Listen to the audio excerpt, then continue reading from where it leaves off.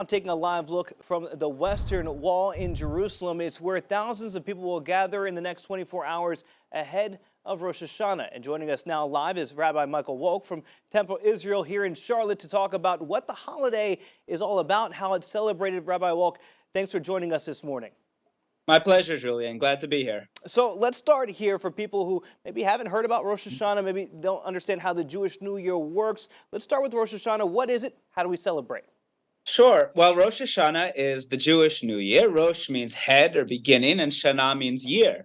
And the Jewish calendar, unlike the calendar that we follow in America, is a lunar calendar, meaning that each month follows the cycles of the moon. And we have 12 months in the Jewish calendar, and the month of Tishrei, which begins Saturday morning, is the first month of the year. So Rosh Hashanah is celebrated each year as the Jewish New Year, and it's a time to come back together after the summer. It's a time of celebration, but it's also a time of introspection because Rosh Hashanah begins a period called Aseret Yemei Tshuva, the 10 days of repentance, which culminate in Yom Kippur, literally translated as the Day of Judgment. It's a day traditionally in which we believe that God judges us based on what we've done in the past year and decides what's going to happen to us in the coming year.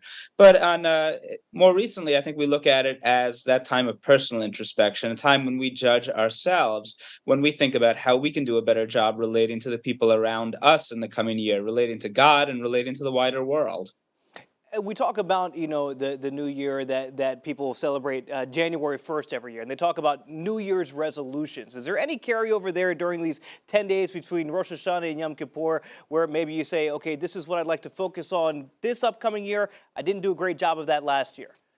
So, what's the first thing we know about New Year's resolutions, Julian? They're hard to make. They're hard to actually, They make them come true.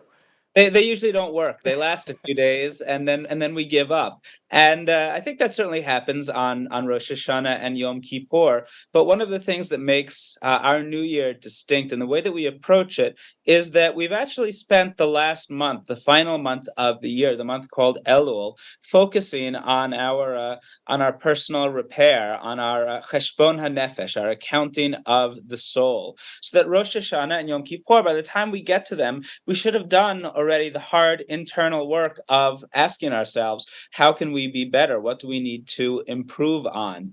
And each morning during the month of Elul, we wake up with the sounding of the shofar, the ram's horn, a special ancient musical instrument that's mentioned in the Torah, in the Bible, in our oldest books. And the shofar makes a loud, piercing sound. It's not going to work very well over Zoom, but when you hear it in person, it's impossible to ignore, and you feel it deep inside of you. And the shofar is supposed to be our daily wake-up call, a reminder that we're in a special time of year, a time when we focus on ourselves and we focus on carrying out the work of God in this world. So our New Year's resolutions, by the time we get to Rosh Hashanah, we should have a pretty good idea of what they are and a plan for how we're going to carry them forward. So say you have Jewish friends and you want to wish them a happy new year. How do you do so? Do you say happy new year? What do you say? So you could say a few different things. You could say Shana Tova. Shana is a year, and Tova is good or happy. Shana Tova or Lishana Tova.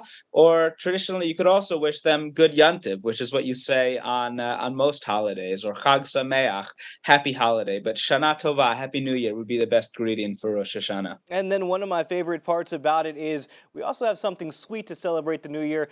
Apples and honey play a big role in this holiday. Mhm. They do indeed. So Rosh Hashanah at home is characterized by big festive meals. Jews like to eat. We love food, and each one of our holidays has special foods attached to it. And on Rosh Hashanah, there are a few of them, and they're actually called simanim or symbols. And the most well-known one is taking an apple and dipping it in honey, representative, as you say, of a sweet new year. But some of the other customs include things like pomegranates or leeks, or even in some very traditional circles, a fish head on the table representing the beginning of a new year, being the head of a new year. Well, Rabbi Wolk, thank you so much for joining us this morning, breaking that all down for us. I know you have a busy stretch ahead of you over there at Temple Israel, so I hope all the services go well, and wishing you a happy new year too, my friend. Thank you, Julian. Same to you. Shana Tova. Shana Tova. Hey.